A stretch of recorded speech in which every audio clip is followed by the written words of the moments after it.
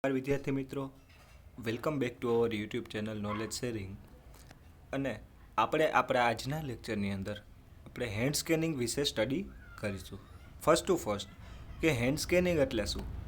તો કે જેમ આપણે ફિંગરપ્રિન્ટ સ્કેનિંગની અંદર આપણે જે ફિંગર થંબનો યુઝ કરતા તેની જગ્યાએ આપણે આપણા આખા હાથનો એઝ એ પાસવર્ડ અથવા તો એઝ એ બાયોમેટ્રિક્સ યુઝ કરીએ તેને હેન્ડ સ્કેનિંગ કહેવામાં આવે છે. હવે hand geometry system are commonly available for two main forms. હવે હેન્ડ જીઓમેટ્રી છે તે આપણે બે મેઇન ફોર્મની અંદર અવેલેબલ હોય છે.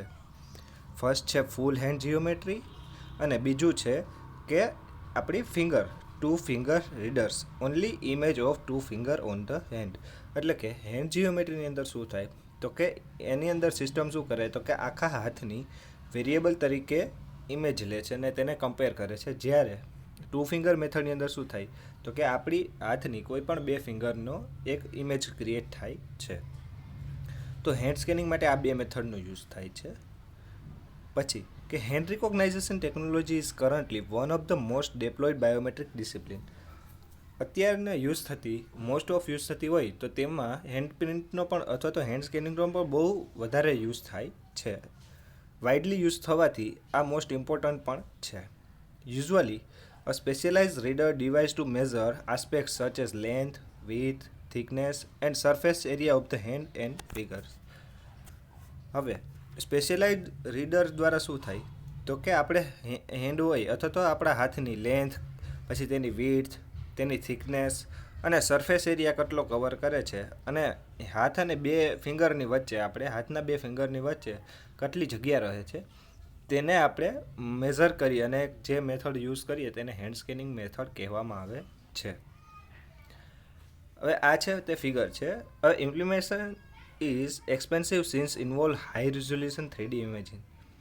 હવે આ ઇમ્પ્લિમેન્ટેશન છે તે ક્યારથી આમ રિસ્કી અથવા તો કોમ્પ્લેક્સ થઈ ગયું છે અથવા તો મોંઘું થઈ ગયું તો કે જ્યારથી 3D ઇમેજિંગ આપણે પ્રોસેસમાં આવેલું છે ત્યારથી. A camera capture image of the hand and help to mirror to get also the edge. એટલે કે મિરરની એજ દ્વારા આપણે એક હાથની આખી ફિગર ક્રિએટ કરીએ છીએ અથવા તો ઇમેજ કેપ્ચર કરીએ છીએ.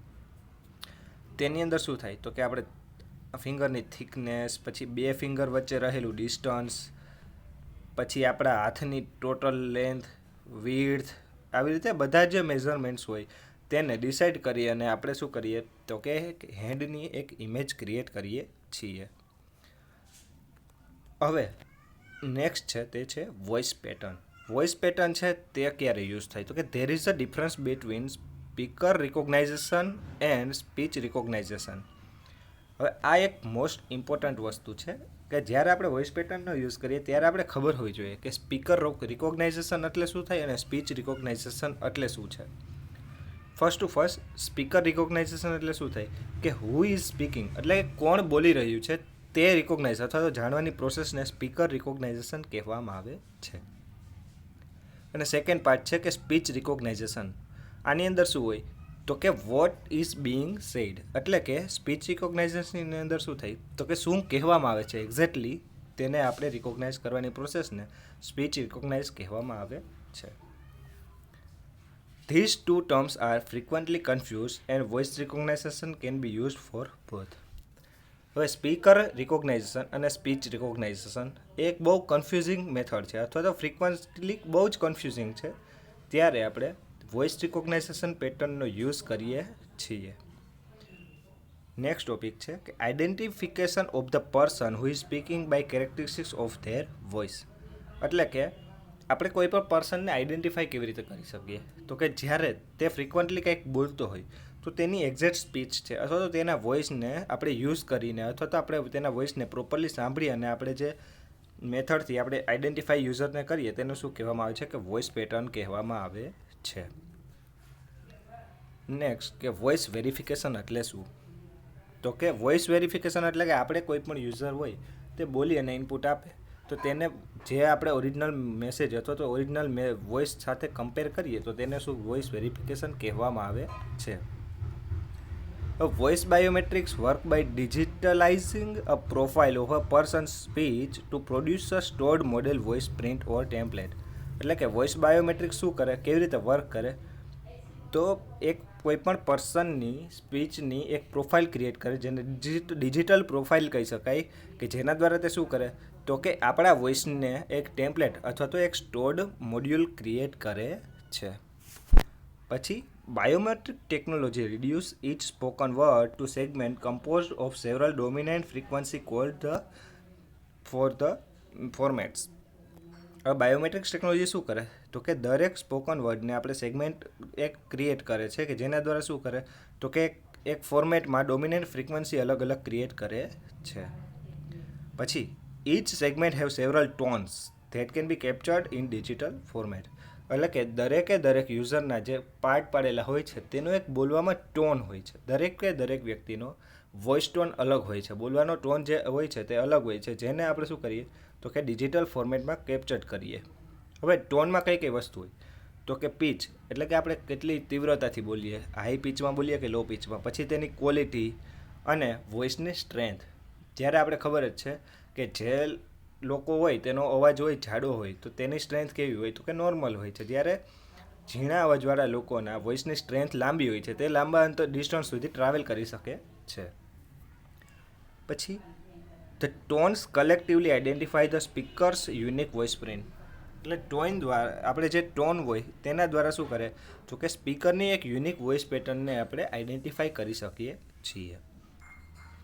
પછી voice prints are stored in database in manner to similar to storing the fingerprints or other biometric data. એટલે કે વોઇસ પ્રિન્ટને આપણે ડેટાબેઝની અંદર સિમિલર મેનરથી સ્ટોર કરી શકીએ. પણ કયા સિમિલર મેનરથી તો કે જે આપણે ફિંગરપ્રિન્ટ અથવા તો હેન્ડ પ્રિન્ટ, રેટિના સ્કેનિંગ દરેક બાયોમેટ્રિક સિસ્ટમને જેવી રીતે સ્ટોર કરીએ ડેટાબેઝમાં તેવી રીતે જ સ્ટોર કરી શકીએ છીએ. હવે નેક્સ્ટ પોઈન્ટ છે આપણો તો કે પોપ્યુલર અને લો કોસ્ટ. આ વોઇસ પ્રિન્ટની મેથડ છે તે પોપ્યુલર છે, લો કોસ્ટ છે, પણ એક્યુરેટ બહુ ઓછી છે.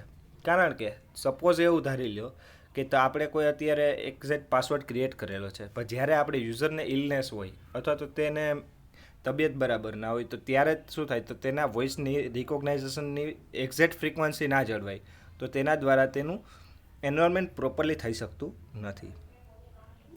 નેક્સ્ટ છે કે how is voice recognization perform.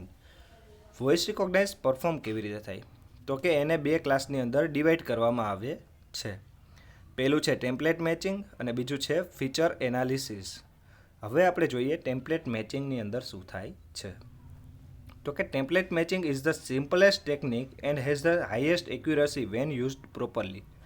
એટલે કે ટેમ્પલેટ મેચિંગ છે તે ટેકનિક કેવી છે, સૌથી સિમ્પલ છે અને તેની એક્યુરસી હાઈએસ્ટ હોય છે જ્યારે તેને પ્રોપરલી યુઝ કરી શકાય છે. બટ ઇટ ઓલ્સો સફર ફ્રોમ ધ મોસ્ટ લિમિટેશન.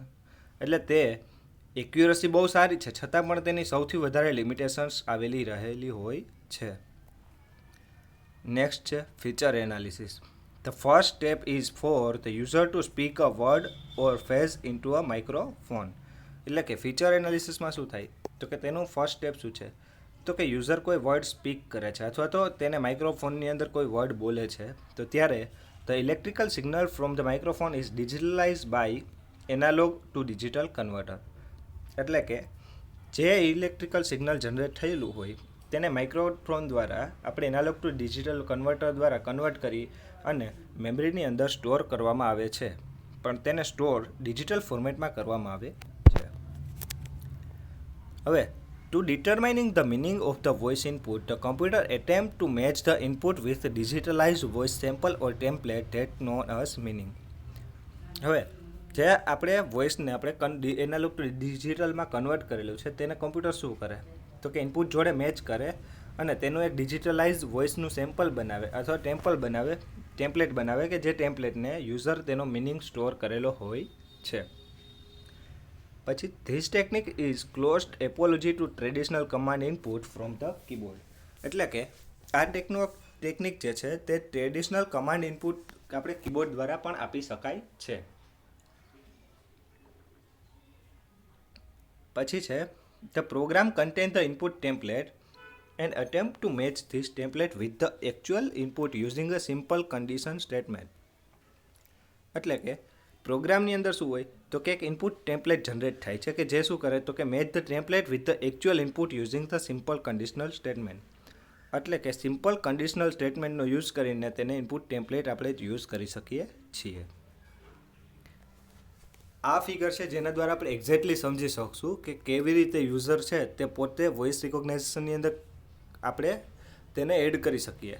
ઉપરની જે ફિગર છે તે ન્યૂ એનરોલમેન્ટ માટેની છે, જ્યારે નીચેની છે તે શું કરશે તો કે આપણે જે ઓલરેડી એનરોલ થયેલા યુઝર્સ હોય છે તે યુઝરને વેરીફાઈ કરવા માટેની પ્રોસેસ છે. હવે એનરોલમેન્ટ જોઈએ તો કે પ્રેઝન્ટ બાયોમેટ્રિક એટલે કે આપણે કોઈ પણ સ્પીચ બોલેલા તો તે સ્પીચને કેપ્ચર કરે. પછી શું થાય, તે કેપ્ચર કરેલી સ્પીચ ઉપર પ્રોસેસ કરી તેનું શું કરે તો કે ટેમ્પલેટ જનરેટ કરે અને તેને ડેટાબેઝની અંદર સ્ટોર કરવામાં આવે છે. હવે જ્યારે આ સ્ટોર કરવામાં આવે છે ત્યારે પછી આપણે તેને સ્ટોર રાખેલું હોય છે, પણ જ્યારે યુઝરને તેની અંદર લોગિન થવું હોય ત્યારે શું થાય તો કે તે પાછો એક વોઇસ બોલે એટલે વોઇસ કેપ્ચર થાય, તે વોઇસને પ્રોસેસ કરવામાં આવે એટલે કે તે વોઇસનું પણ એક ટેમ્પલેટ બનાવવામાં આવે. તે ટેમ્પલેટને આપણે આપણા ડેટાબેઝના ઓરિજિનલ ટેમ્પલેટ જોડે આ જગ્યાએ કમ્પેર કરવામાં આવે છે. એટલે કે અહીંયા આપણું શું થાય તો કે ઓરિજિનલ જે ડેટાબેઝમાં ઓલરેડી સ્ટોર્ડ હોય તે અને અહીંયાથી આપણે નવું એડ કરેલું ટેમ્પલેટ મેચ થાય છે. જો બંને ટેમ્પલેટ સેમ હોય તો ગ્રીન લાઇટ થાય, ધેટ મીન્સ કે તે મેચ એટલે લોગિન સક્સેસફુલ થાય, અધરવાઇઝ નો મેચ પ્રોડ્યુસ થાય છે. હવે લાસ્ટ બે ટોપિક છે કે વોઇસ રિકોગ્નાઇઝેશન એટલે શું ને વોઇસ વેરિફિકેશન એટલે શું. હવે આ બંનેને આપણે જોવાનું છે, તે આ ફિગરની અંદરથી જોવાનું છે કે જે આ છે તે વોઇસ રિકોગ્નાઇઝેશન માટે છે અને આ વોઇસ રિપ્રેઝન્ટેશન માટે યુઝ થશે. હવે આપણે જોઈએ કે voice verification system are different from voice recognization system. Voice recognization છે તે વોઇસ વેરિફિકેશન કરતાં ડિફરન્ટ છે, પણ જ્યારે બંને પણ કન્ફ્યુઝ સિસ્ટમ છે. પછી વોઇસ રિકોગ્નાઇઝેશનનો યુઝ થાય તો કે સ્પોકન વર્ડને કોઈ સ્પેસિફિક રિસ્પોન્સમાં ટ્રાન્સલેટ કરવા માટે તેનો યુઝ થાય છે.